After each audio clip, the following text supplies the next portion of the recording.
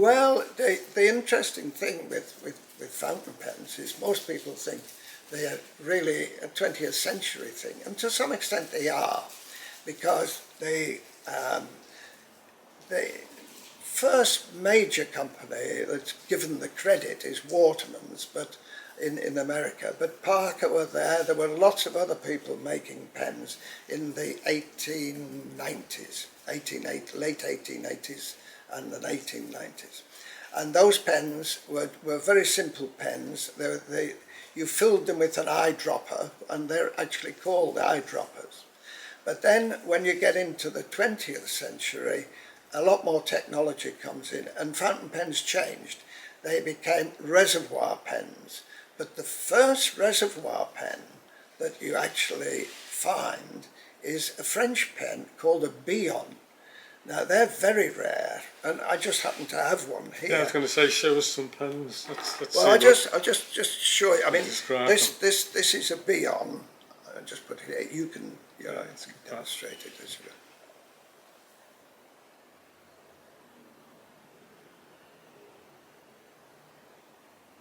Yeah, and I'll tell you. The interesting thing about the Bion is that it has a quill nib, and it is just simply filled by unscrewing the end.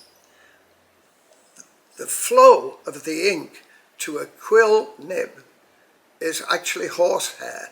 There is a plug of horsehair in here, and the way you actually adjust the flow is to unloosen the screws a little so the air can get in and the ink will flow by gravity. But this one was actually first patented or first written about in 1719. So how old is that one you've got there? This one is about 1750. So, and the values of these, they vary, but that's about £4,000. It's rarity, and it's got this wax decoration on it. Yeah. So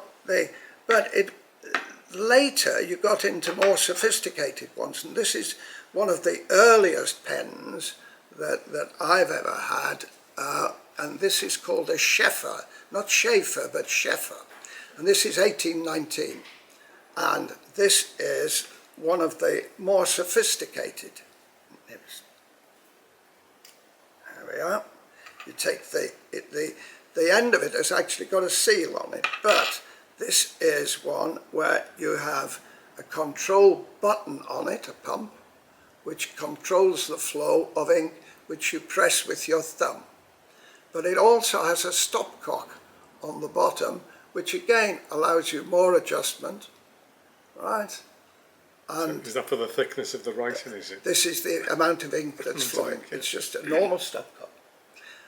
Now, and this is 1819, very rare. This is the earliest marked model, 1819, that's known.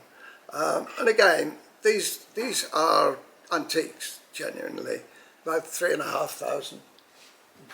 So, but the old saying in any antique trade is, when did you last see one?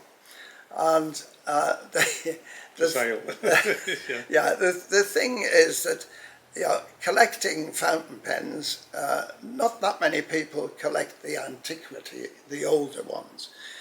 Most people really came into pen collecting in the 1970s.